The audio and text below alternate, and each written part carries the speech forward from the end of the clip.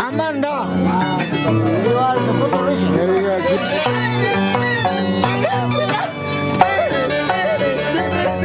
Ah, vaya.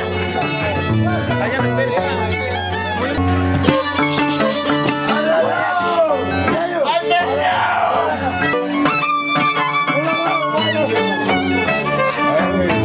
Igual todos.